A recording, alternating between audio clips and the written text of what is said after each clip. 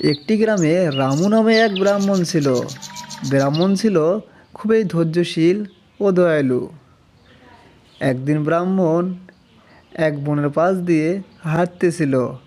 তো হাঁটতে হাঁটতে হঠাৎ করে ব্রাহ্মণের চোখে এক বাঘ পড়ে যায়। ব্রাহ্মণ দেখতে পারে বাঘটি যেন ক্লান্ত, পানি পানি বলে চিল্লাইতেছে। এমনটা দেখে ব্রাহ্মণের মনে একটু দয়া হলো। তারপর ব্রাহ্মণ সেই বাঘটির কাছে আসলো এবং দেখতে পেল বাঘটি আসলেই অনেক সিরিয়াস। বাঘের এমন অবস্থা দেখে ব্রাহ্মণ বলল, তুমি কোনো টেনশন করো না, তোমাকে দেখে আমার অনেক দয়া হয়েছে।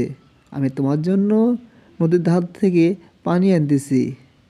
ব্রাহ্মণ হেঁটে হেঁটে দূর এক নদীর ধার থেকে পানি আনতে গেল এবং সেখান থেকে ব্রাহ্মণ বাঘের জন্য একটা পাত্র করে পানি আনলো।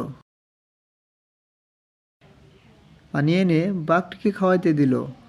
বাঘটি প্রাণ খুলে পানি পান করল এবং সে খুব দ্রুতই সুস্থ হয়ে গেল। আর বাঘটি যেই না সুস্থ হয়ে গেল তখনই সে ব্রাহ্মণকে খাওয়ার জন্য খুব আগ্রহ নিয়ে বসলো।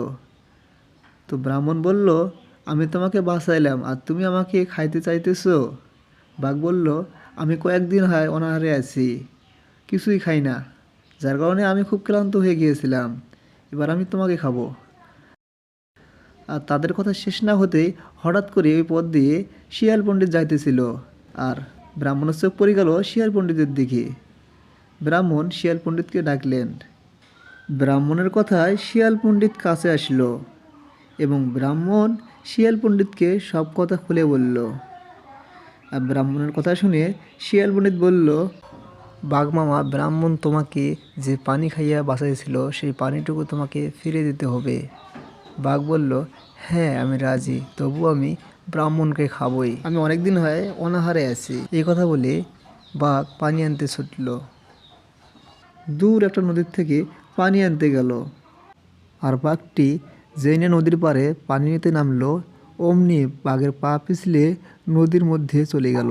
আর বাঘটি হাজার চেষ্টা করে কিছুতেই উঠতে পারল না। এইভাবে বাঘটি মৃত্যুবরণ করল।